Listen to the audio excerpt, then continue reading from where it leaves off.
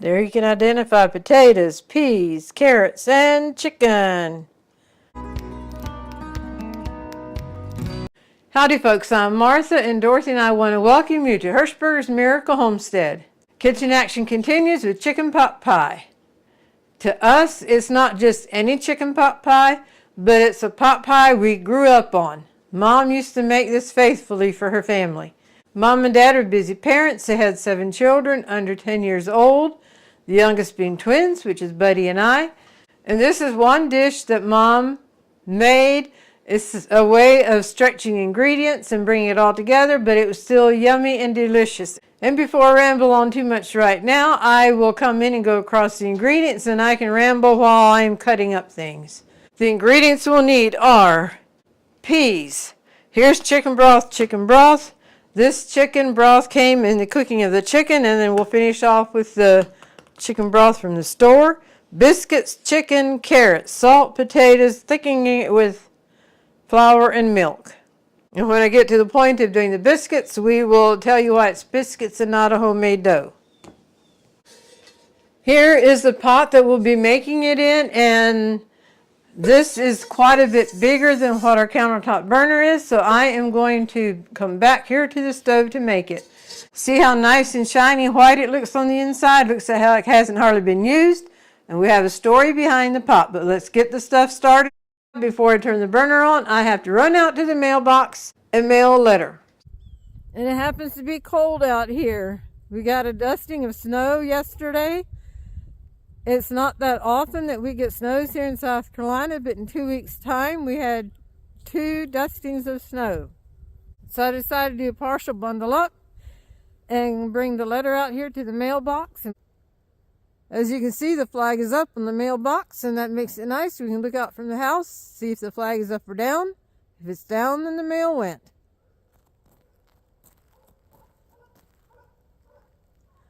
And now I'm going to go back to the house and make some good old chicken pot pie.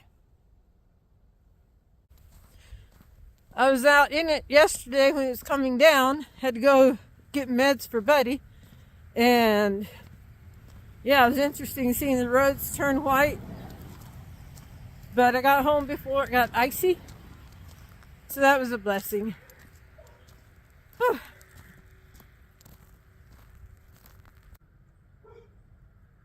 It's not often my dad's pickup truck has snow on it. I did throw some salt on the ramp last night because this can get very slick if it gets icy, and I didn't want to have to deal with that if I needed to come out, and sure enough I needed to come out. So anyway, we will head on. Alrighty, we are ready to get the chicken broth in. That goes in first. Well, that's 3 cups. I'll just put this in, then we'll add 3 more.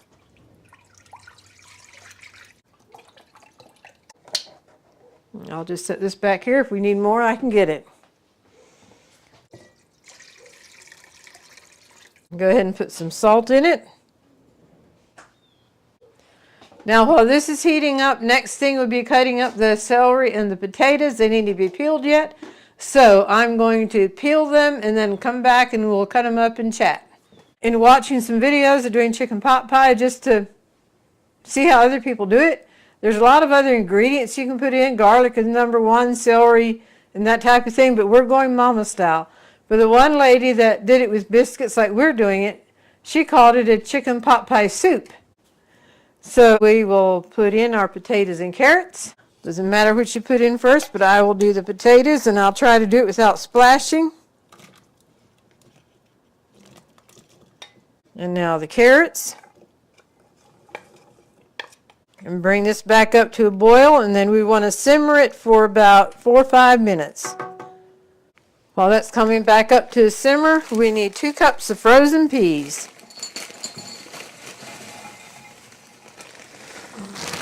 Here are the peas that did not take, and I'm going to let these thaw, and then they will be yummy in a salad. I love peas in my salad. And for those, we don't cook the peas. Alrighty, this is at a simmer. We will let that simmer for 4 or 5 minutes. Put the lid on.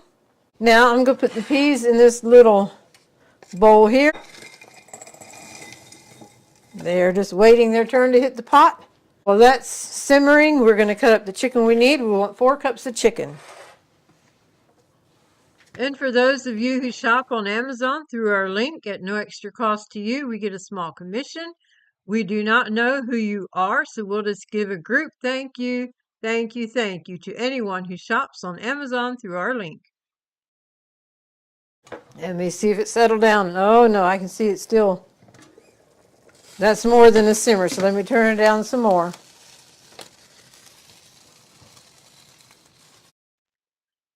And we want to thank everyone who likes our videos by giving a thumbs up, leaving a comment, or sharing it on your social media. That all helps our channel to grow, and we thank you very much. Just about have what we need on the chicken.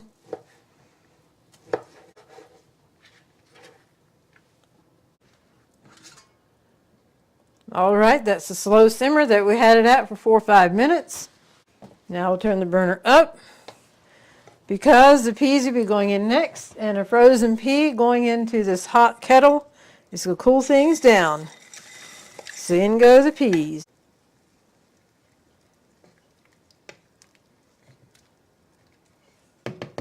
Now we bring this up to another boil and let it simmer for another couple minutes before we add the chicken. Beautiful, beautiful. Now we'll turn the burner back up because the chicken is going in. And here's the chicken.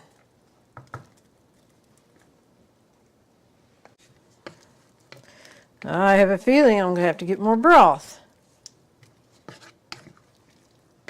We are adding more broth. This burner probably thinks I can't make up my mind if I want it on medium, high, or low. But we're going to add some more broth to it. So we have done some critiquing, and we are going to add some more peas. There you go. We enjoy peas in our chicken pot pie. While that's coming back up to a boil, I'm going to make the thickening for it. There's several different ways that you can bring a pot pie together, but the way we do it is add the thickening, and at the end just mixing the milk and flour together. Then we'll add it to the pot pie after it's simmered for a while again. Be milk and some flour.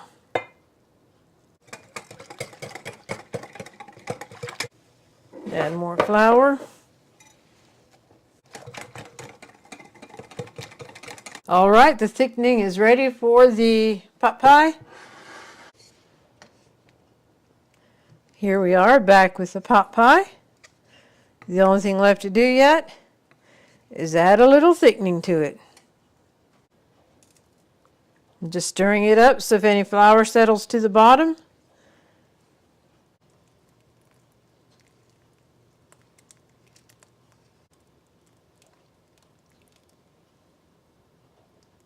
Before, it was just the chicken broth and then the vegetables in here. We didn't have to worry about scorching.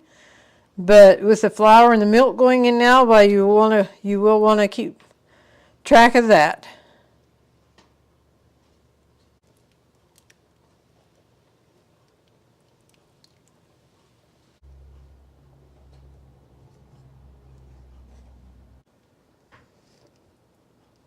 All right, we decided to make some more of the thickening real quick. Finish off the milk that I have here. Some more flour. Let's come down here to the sink to mix it up real good again.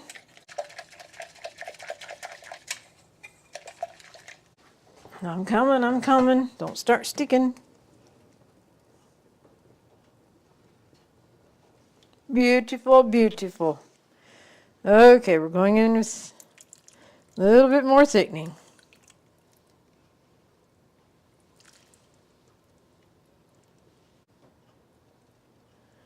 Usually I like my pots to be big, that I don't have to worry about it boiling over or anything. And we'll tell you in a minute why it's this pot. Okay, I'm going to bring it back up to a boil. And then it'll be done.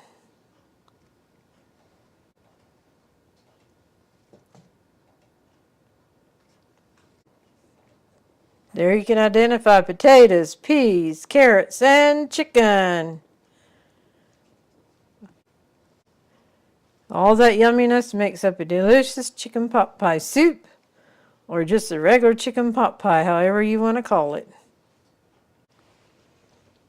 Burner's going off.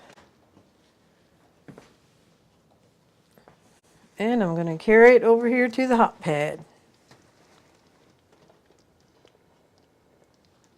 What finishes us off for a chicken pot pie now is some type of bread. And Mom always just used biscuits. We can make homemade biscuits, but since we are featuring Mom's style, how she did it, we're just using the biscuits from a tube.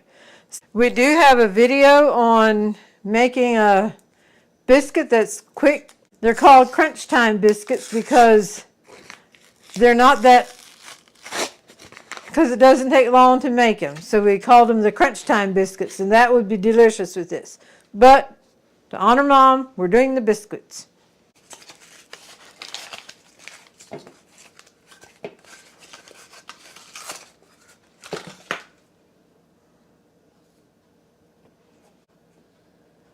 Well, these got kind of odd shaped.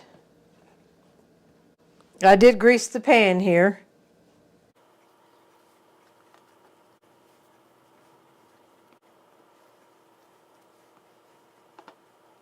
All right, the oven's preheated. It bakes about 10 or 13 minutes, and while it's baking, I told you there's a story behind this pot and why we chose to use it, and Dorothy's going to join me on telling you the story. If you've been with us before, you know we enjoy buying things on online estate auctions, and that's where we got this partial set. But they look like they've hardly been used. And this pot, if we would have made this in the pots that we have, it would have been so deep I wouldn't have to worry about spilling out.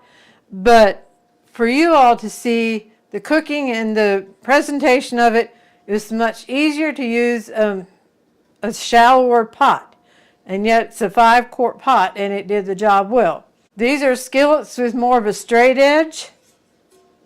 We have these two same size, and this is a smaller one, and these have a rounded edge. And here's a lid that goes on one rounded edge and on one with a straight edge. So, dual purpose lid. Now, we have one kettle. Now, I don't know what they made it a lot, but this looks like it has a little bit of use to it. This is a 2-quart kettle, and it also has the lids. And if you notice, the lid has if you're cooking pasta or something, you need to drain the water. It has the holes there. You can just line it up and dump the water. And 2 lids that have we don't have a pot for these 2 lids. So, and then you saw the lid that went on here as I was working. I have it in the dish pan right now to wash. So, Dorothy, can you tell us what we paid for this? With tax and the buyer's premium and everything added to it, the total was $38.15. That comes out to $5.45 a pan. Plus the 2 lids that we don't have any use for. Yeah. So they may go to a thrift store if they want them. Some people go there to look for lids. Yeah, yeah. So. And you pulled it up to see what the cost of a new pan is? They were anywhere from $50 to $70. Yay, yay, drum roll, drum roll. So we are tickled with this, but I promise you I'm going to still use our old set some because those belong to Mom. Nothing can replace Mom's, but there are occasions that it's nice to use something else too. We have a local auction here where we get ours, but there's also proxybid.com. You can go there, and there's a place you can put your zip code in and then how far you're willing to travel to pick up your product. And you have to keep that in mind, the travel distance, and also it's a buyer's premium. So that probably varies from place to place, and then the tax. But like Dorothy said, we got a deal. Now we'll get this out of the way and get ready for the biscuits coming out of the oven. Okie dokie, the biscuits are out. Now simply place on top of the pot pie about how many biscuits you think you will be eating at this meal, and the rest set aside, and then they don't get wet and soggy. And then the leftover, you can heat your pot pie and your biscuits and put it right on top of your biscuit, and that's perfect. But before we dish up, if this is your first time with us, we give you a hearty welcome. We hope you're enjoying it and consider subscribing. And to our new subscribers, a hearty welcome. And if you've been with us for a while, we appreciate your continued support. We are ready to plate up. I will start with the middle biscuit. We will get 2 biscuits on here. And what tops it off now is to take a spoonful and just go over the biscuits. That will make it so good. There we go. Mom's chicken pot pie. A delicious side that goes with this that Mom used to make is a pineapple salad. And sadly, we don't have a video on that one yet. But yeah, a pineapple salad with this is good. And the plate that I used, Mom got a collection of dinner plates, bowls, cups, saucers, a whole collection of these plates from Winn-Dixie, when they'd have points that you could collect, and then you turn in these points for a dish. And she collected them one at a time. She gave them to Dorothy and I both, not knowing at that time that we would sure enough be living together, taking care of Buddy. But it all worked out that we can both enjoy them. This was so yummy. Comfort food at its best. The recipe is in the description. And now for the golden thought. Hello, I am Dorothy, and the golden thought for today is about music. Music touches the heart in a way that words alone cannot. And we're all touched by music, no matter what our culture. Music can be energizing, it can be soothing, comforting, relaxing, inspiring, can even be moody, expressing sadness. It can be uplifting, it can be joyful, it can bring laughter, humor. Can you imagine how life would be without music? There would be no hymns of praise or songs of celebration. There would be no patriotic marches. There would be no lullabies to sing to a baby. There would be no tunes to whistle throughout the day. I myself can't whistle very well, but there was a gentleman from our area that I always enjoyed being around because he would invariably be just having a soft, quiet whistle as he went about his whatever he was doing. Just a constant little whistle. And I enjoyed hearing that. Another thing, there would be no Christmas carols or Easter anthems. No songs to sing in your shower. Music just adds so much to life. And music is also a way that we communicate with God. In Psalms, it mentions, "The Lord will command his loving kindness in the daytime, and in the night his song shall be with me." That's in Psalm 42:8.